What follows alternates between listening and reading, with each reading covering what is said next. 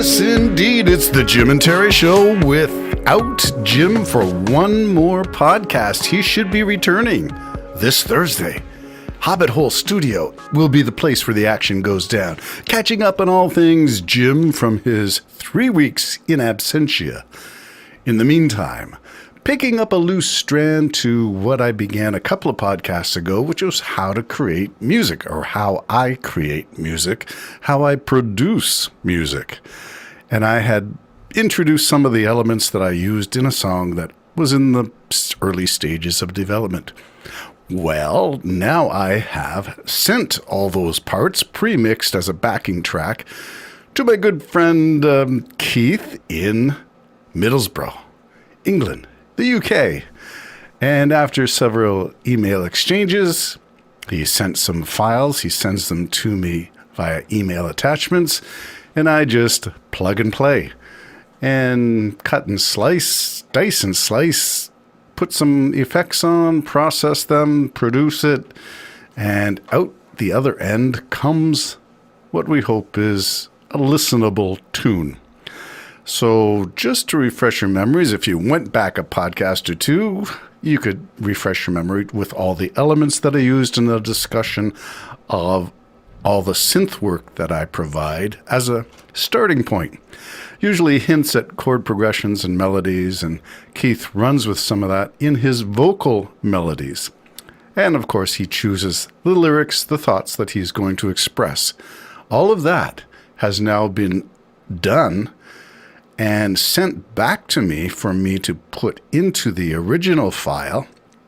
So what began as maybe 6 or 7 tracks of synthesizers, using primarily, I use native instruments a lot for most of my sounds, into my entry-level Cubase 10.5 elements.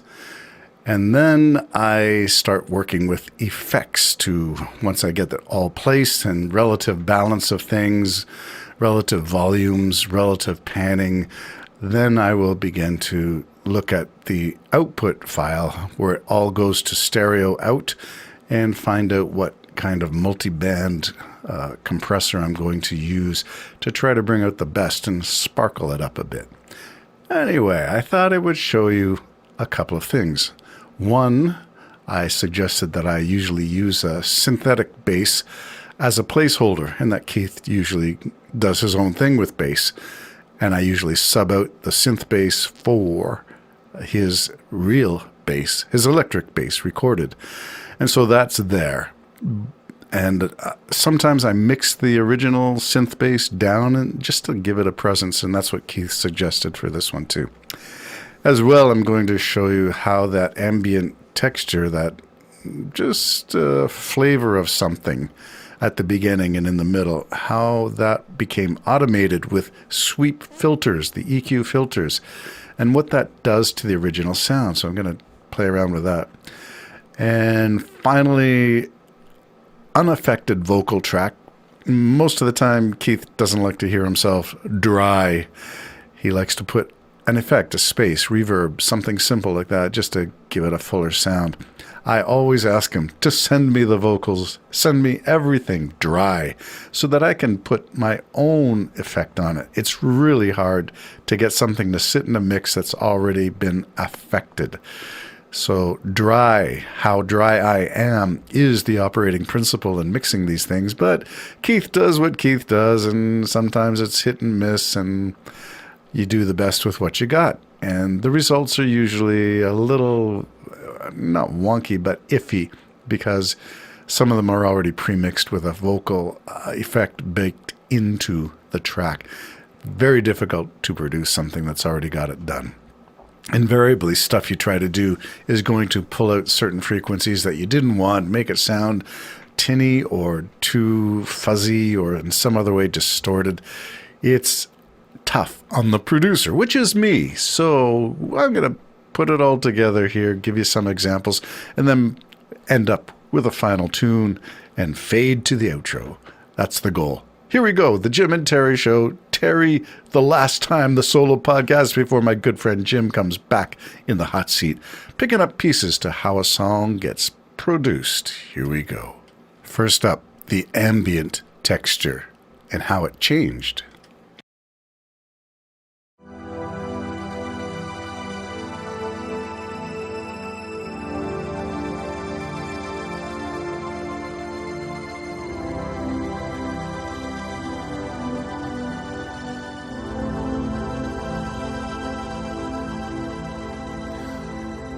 Okay, that was the original. And now, what about the filtering?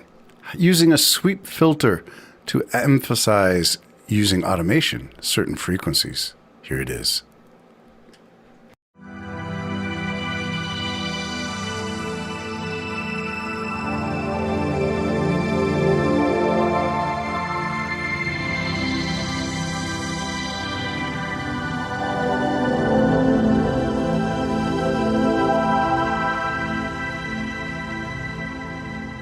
Now, the whole point of that movable sweeping filter on the EQ automated is to emulate the wave action on a shore, because the title was initially Oceans Away, which is sort of, well, Keith took it and ran with it in terms of tides, the movement, the ebb and the flow of tides. So I wanted a swooshing, and you use that with a sweep filter.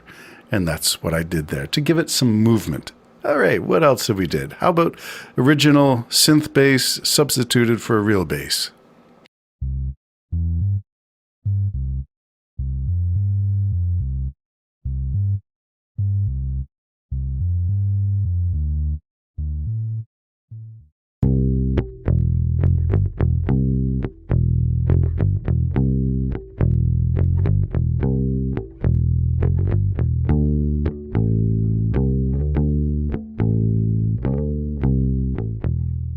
Okay, well, you get the idea. And that was just how I conceptualize things. I throw in a part that I think, well, Keith's going to put in a guitar part or something in there anyway. So I just do it as a placeholder, a fill, until the real thing gets mic'd and amped and put through and what have you. If you notice the difference, it's the real plucking that Keith offers. So it's the finger on the vibrating string, you hear that.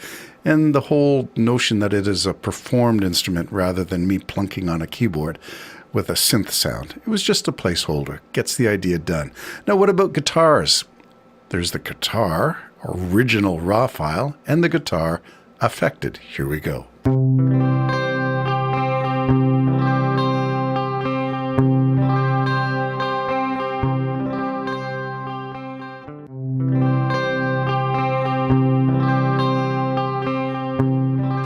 Sometimes the effects are dramatic and sometimes they're subtle. Little sparkle, little hints of reverb after the note has been struck. Sometimes subtle is the way to go, and sometimes dramatic is the way to go, as in these two guitar parts before and after.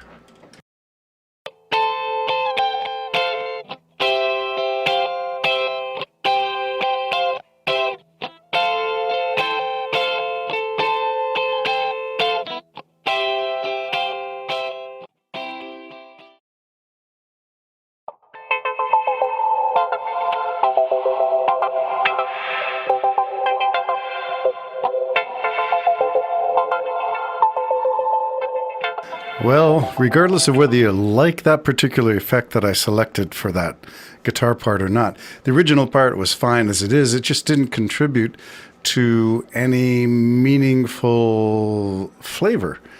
It was just a nice solid guitar part with a nice crunchy sound, very precisely crunched guitar rendering on that. And I just wanted to pop it into the way that ripples, like the ripple of water on the sandy beach or over the rocks rippling, and that's what the effect went for. Now, what about vocals? Last thing you want to mess around with are vocals, especially if you got a powerful singer like Keith, who does a great job as it is. The question is, how do you make the most of what he delivers? So here's a little before and after. I wanna be washed up on some palm tree sands. Wanna juggle them coconuts hand to my hand, then fall into a warm turquoise sea. I wanna be washed up on some palm tree sands. Wanna juggle them coconuts hand to my hand. Of course, vocalists always want their vocals to be the pristine thing that they hear in their head. And that's the goal of the producers, to pull it out. In this case, it was more just a little bit of compression to even out the vocals and a little reverb. The more reverb that's in the backing track, the more reverb you have to press onto the vocal. But when you hear it on its own, it's quite spacious. But in the mix, it almost sounds like it's not even there because everything has its own space. Well, what do we add all this together? Well, you put in a few heartbeat drums, the kicks, the bump, bump, bump, lub, lub, dub of a heartbeat to start setting the ambience and let it go into a romantic Caribbean feel. Steel drums are still in there, but some parts were stopped, removed, come back in later. That's all part of production, knowing what to bring in, when, how much, when to take it out, how to take it out, whether it's a fade or whether it's abruptly. All of that is part of production. Let's do the whole thing, the whole song. The Jim and Terry Show, signing off. Here we go. Bye-bye. Everything she seemed, dancing on the sand right out of my dreams. Oh, how I loved her. Oh, oh, oh, how I loved her. You never know what the tide brings in. You never know what the tide brings in. You never know what the tide brings in. You never know what the tide brings in.